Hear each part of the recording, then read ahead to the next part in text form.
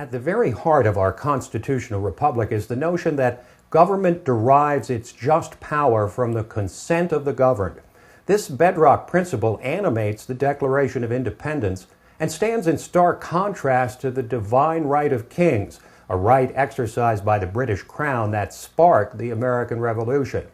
Now, most observers of our recent elections have rightfully attributed the historic shift of power to a failure and rejection of progressive policies.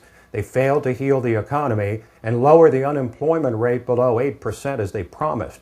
But the message is ultimately deeper and more about attitude than legislation. Here's why. While the health care reform bill is wildly unpopular, the way it was passed was even more unpopular. Acutely aware of just how unpopular it was, and despite the fact that most members of Congress had not even read its tangled web of incomprehensible provisions, progressives rammed it down our throats anyway. The message seemed to be, we know better what's good for you, and your consent is entirely unnecessary. It seemed the divine right of kings had reared its head again. And of course, there was so much more. A stimulus bill that in the end did little more than reward progressive constituencies, a destructive cap and trade bill that thankfully failed to make it through both chambers of Congress, bailout bills, and other dizzying government initiatives. The resulting perception is one of a runaway ruling class determined to pass what it pleases no matter the consent of the governed.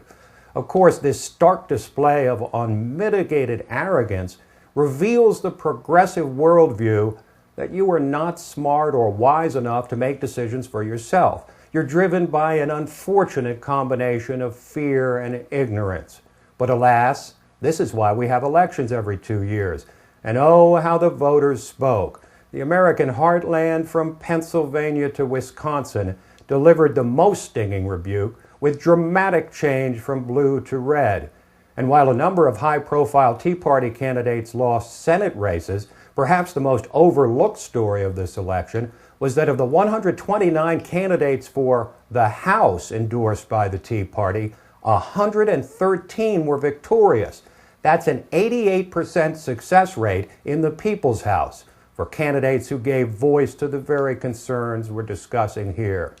But voter anger went further. There was widespread repulsion to the entire Washington establishment, revealed in the answer to an interesting question by pollster Scott Rasmussen. 65% of people polled said they would vote to kick out the entire Congress if they could. And humorist P.J. O'Rourke observed that this was less a vote than a restraining order. So don't let anyone convince you that the voters screaming from the mountaintops were just misinformed, misled, or scared. Don't believe that this was just a failure by progressives to properly communicate their policies, or that they settled for half measures and didn't go far enough. And don't believe that this was proof that voters have suddenly fallen in love with Republicans. This was a message that the consent of the governed matters just as much today as it did on July 4th, 1776.